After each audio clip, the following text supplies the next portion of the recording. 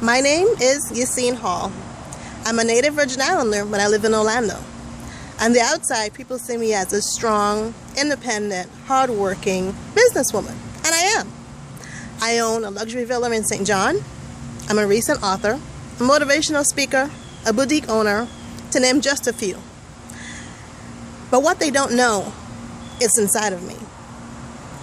It's a very deep, deep secret that I finally let out. And that secret is, for many, many years, my mother suffered with schizophrenia, and it affected me deeply. Deeply to the point that I retreated so far in myself that I didn't even know who I was anymore. I was this hardcore shell of non-existence.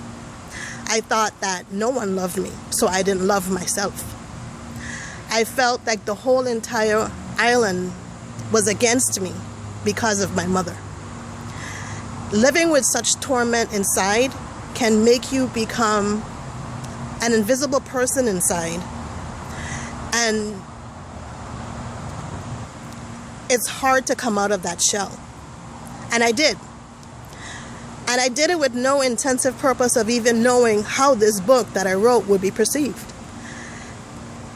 I went to the Virgin Islands to let the community know about this book, and I did some speaking engagements with the children, which I've never spoken to youths before. But somehow or the other, I got through.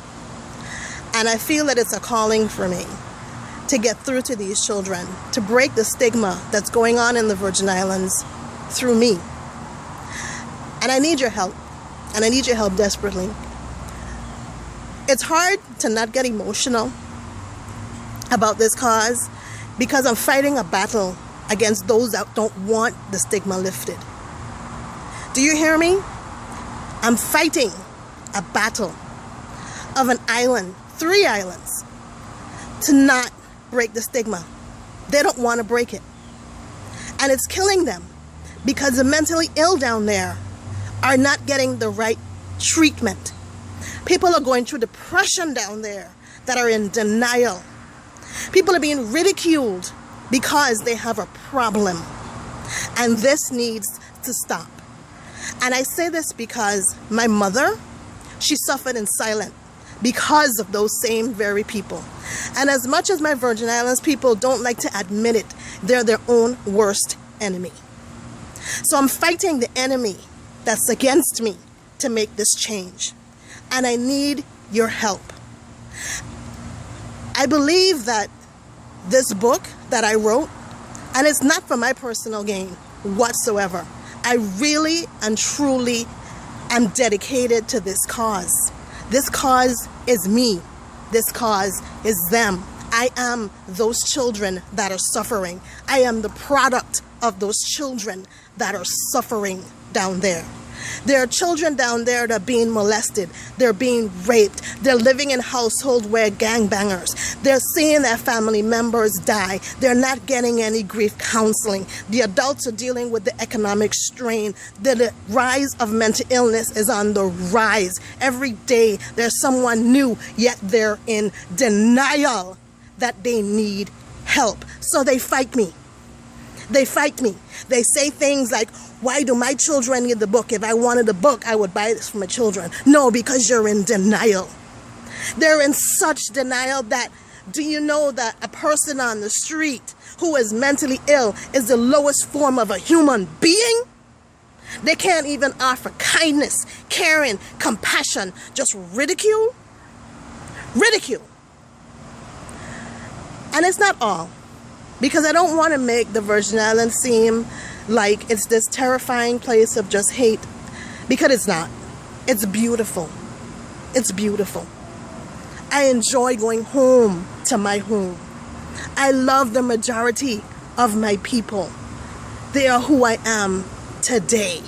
I love the Virgin Islands. I encourage everyone to visit the Virgin Islands. But the things that you don't see that goes on in the Virgin Islands is what needs fixing. Just the other day, a mentally ill person killed an 80-year-old man that went to the gravesite. We don't know why. The boy was 24 years old and he was mentally ill. Just the other day, a woman stabbed her son because he left the door unlocked and didn't finish the dishes. But we're in denial that we need help. And I've gained enough respect and reputation, and I've made my voice so very loud about mental illness that I force people to just listen. Listen and learn, educate and aware about mental illness. My plan is to get enough money so I can donate a book to each one of the students in middle and high school. I'm going to need about 6,000 books to take with me on my trip in October. While on my trip in October, I'm planning to visit each and every single middle and high school and all 3 islands. That's almost 20 schools. I plan on being on every single radio station as I did in January. I was told no, and I sat there and I said, yes, I'm going to be on the air. I'm going to do the same thing again because this is my fight for my people. I have to fight. I can't give up. These children need hope. These children have to know that there is an end to this. They have to know that it's okay to not be okay. That it's fine to have feelings and express them. That it's okay to seek help. That it's okay to ask for guidance. We're dealing with a situation when Island of St. Croix, which has 50,000 people, has one psychiatrist. One. I'm dealing with people who are calling me to get them out of their problems because their mind is making them think that they want to kill themselves. And they can't call the suicide hotline because the suicide hotline put them on hold for 10 minutes. How do you handle your mind to not go into suicide mode for 10 minutes on hold? They tell you to call the police. The police are not trained to handle these situations of the mind down there. We are rated, the Governor Kenneth Math, he stated in his inaugural address that mental health in the Virgin Islands is an F. An F means we have failed. And if it takes my voice to get my people help, I will do what I gotta do. But let me tell you something, I can't do it without your help. And your help means I need my Virgin Islands people, I need my United States people, I need my mental health people, I need people around the world to help me get my voice across and end the stigma in the Virgin Islands. There's many things in life that I've had to overcome, and I've used my voice to overcome them. I plan to use my voice to overcome this as well. So I'm asking, I am begging, I am pleading, I am crying, I am hurting as a fellow Virgin Islander that has a mother that suffered from depression and we didn't know, that led to schizophrenia, that led to her walking on the street talking to herself, that led to her forgetting who I was, for her running behind me screaming that she is going to kill me, and me running and being saved by somebody to help me. It is my duty, it is my job, it is my purpose to help my people.